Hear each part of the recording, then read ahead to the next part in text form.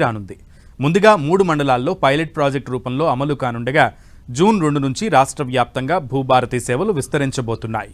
గత అసెంబ్లీ ఎన్నికలలో కాంగ్రెస్ ఇచ్చిన హామీల్లో ఇది ఒకటి కాగా, ఈ భూభారతితో రైతులకు ఇప్పటిదాకా ఎదురైన సమస్యలకు చెక్ పెట్టేలా భూభారతి పోర్టల్ రూపకల్పన జరుగుతోంది.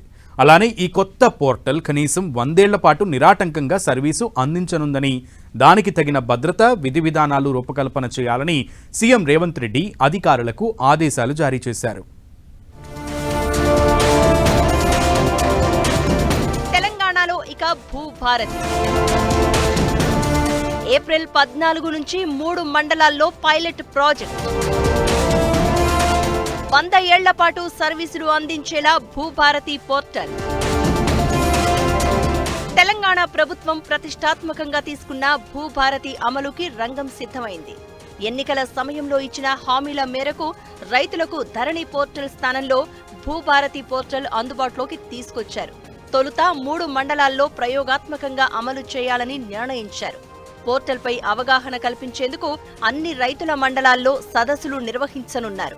అనంతరం రాష్ట్ర వ్యాప్తంగా ఈ సేవలను విస్తరించనున్నారు.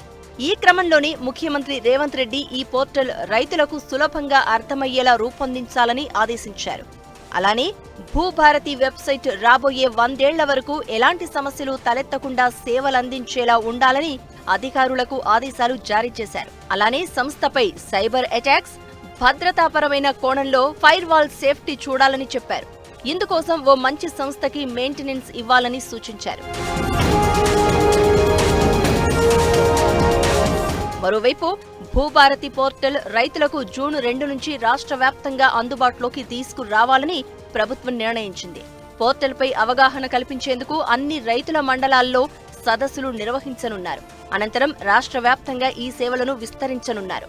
మండలాల్లో జరిగే కలెక్టర్ల ఆధ్వర్యంలో ప్రజలకు, రైతులకు భూభారతిపై అవగాహన కల్పించాలని సీఎం సూచించారు. ఆయా సదస్సుల్లో ప్రజల నుంచి వచ్చే సందేహాలను నివృత్తి చేయాలని అధికారులకు సూచించారు.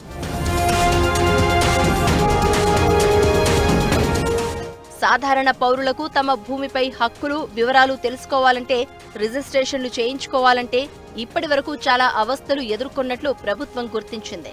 ఇందుకు వ్యవస్థలో పారదర్శకత లేకపోవడం, సాంకేతిక లోపాలు, రికార్డులలో అయోమయ పరిస్థితులు కారణాలుగా ఉండగా, ఇదే విషయాన్ని గుర్తించిన రాష్ట్ర ప్రభుత్వం ప్రజల కోసం సులభమైన, స్పష్టమైన, సాంకేతికంగా ప్రగతిశీలమైన భూభారతి పోర్టల్ తీసుకువస్తోంది.